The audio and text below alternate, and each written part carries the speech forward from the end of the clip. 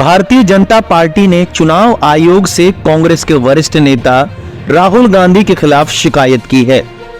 महाराष्ट्र विधानसभा में चुनाव प्रचार के दौरान राहुल गांधी के संविधान खतरे में है वाले बयान पर बीजेपी ने सवाल खड़े किए हैं। इसी मुद्दे को लेकर उन्होंने चुनाव आयोग में शिकायत दर्ज कराई है।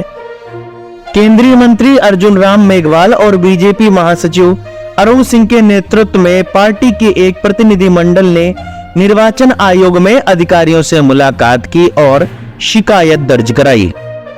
बीजेपी नेताओं ने चुनाव आयोग से मिलकर आदर्श आचार संहिता के घोर उल्लंघन के लिए कांग्रेस सांसद राहुल गांधी के खिलाफ कार्रवाई के साथ ही प्राथमिकी दर्ज करने का भी अनुरोध किया। केंद्रीय मंत्री अर्जुन राम मेघवाल ने कहा कि हमने आयोग को बताया कि लोकसभा में विपक्ष के नेता राहुल गांधी ने 6 नवंबर को एक बार फिर झूठ बोलने की कोशिश की। महाराष्ट्र चुनाव अभियान के दौरान उन्होंने राज्यों को एक दूसरे से लड़ाने का प्रयास किया।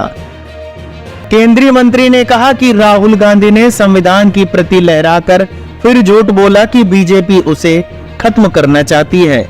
यह गलत है। हमने चुनाव आयोग से कहा कि इसे रोका जाना चाहिए। हमने आयोग से यह भी कहा कि राहुल गांधी चेतावनियों और नोटिस के बावजूद लगातार ऐसा कर रहे हैं। हमने कहा कि राहुल गांधी के खिलाफ भारतीय न्याय संहिता बीएनएस की धारा 353 के तहत प्राथमिकी दर्ज की जानी चाहिए।